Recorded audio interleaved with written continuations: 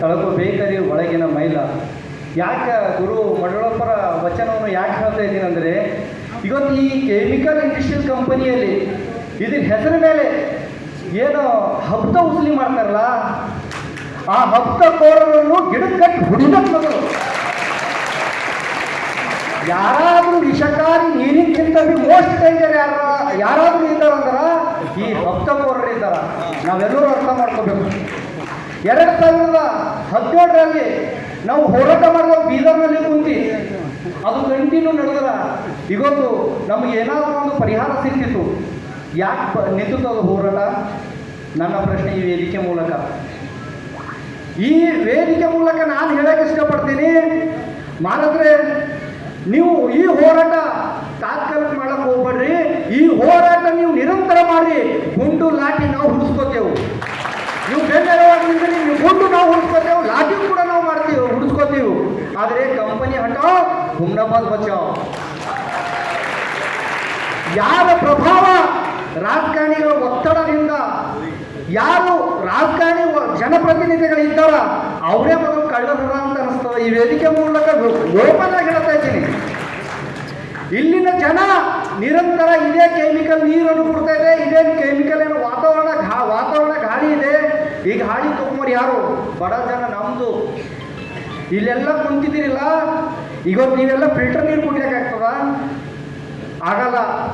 ಇವತ್ತು ಅವ್ರ ಮನೆಯಲ್ಲಿ ಐಶ್ಯ ಆರಾಮಿದಲ್ಲಿ ಫಿಲ್ಟರ್ ನೀರು ಭಾರಿ ನೀರು ಕುಡಿತಾರ. ನಮಗಾಗ್ತದೆ ನೀರು ಕುಡ್ಲಿಕ್ಕ. ಓಟ್ ಮಾತ್ರ ಕೇಳಕ್ಕೆ ನಮ್ಮ ಮನೆಗೆ ಬರ್ತಾರ.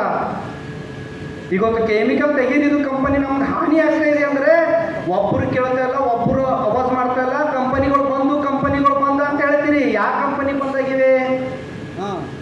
ಯಾವ ಕಂಪನಿ ನಿಜವಾದ ಇಂಡಸ್ಟ್ರಿಯಲ್ ಏರಿಯಾದಲ್ಲಿ ಕೆಮಿಕಲ್ ಕಂಪನಿ ಏನು ವಿಷಕಾರಿ ನೀರು ಬಿಡ್ತಾ ಇದ್ದಾರೋ ಆ ಕಂಪನಿ ಬಂದ್ ಆಗಿವ? ನಮ್ಮ ಪ್ರಶ್ನೆ ಇದೆ. ಕೆಮಿಕಲ್ ಕಂಪನಿಗಳು ಬಂದಾಗಿವ?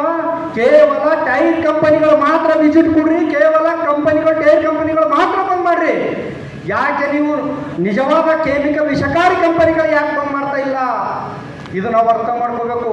ಈ ಹೋರಾಟಕ್ಕೆ ಮಾಡಿದ್ರೆ ನಾವು ನಿಮ್ಗೆ ರಿಕ್ವೆಸ್ಟ್ ಅದ, ಈ ಹೋರಾಟ ಏನಂದ್ರೆ ನಿಮ್ಮ ನೇತೃತ್ವದಲ್ಲಿ ನಡೆದಿದೆ. ನಿಮ್ದು ಹೋರಾಟ ಅಲ್ಲ, ನಮ್ದೆಲ್ಲರ ಹೋರಾಟ ಇದೆ.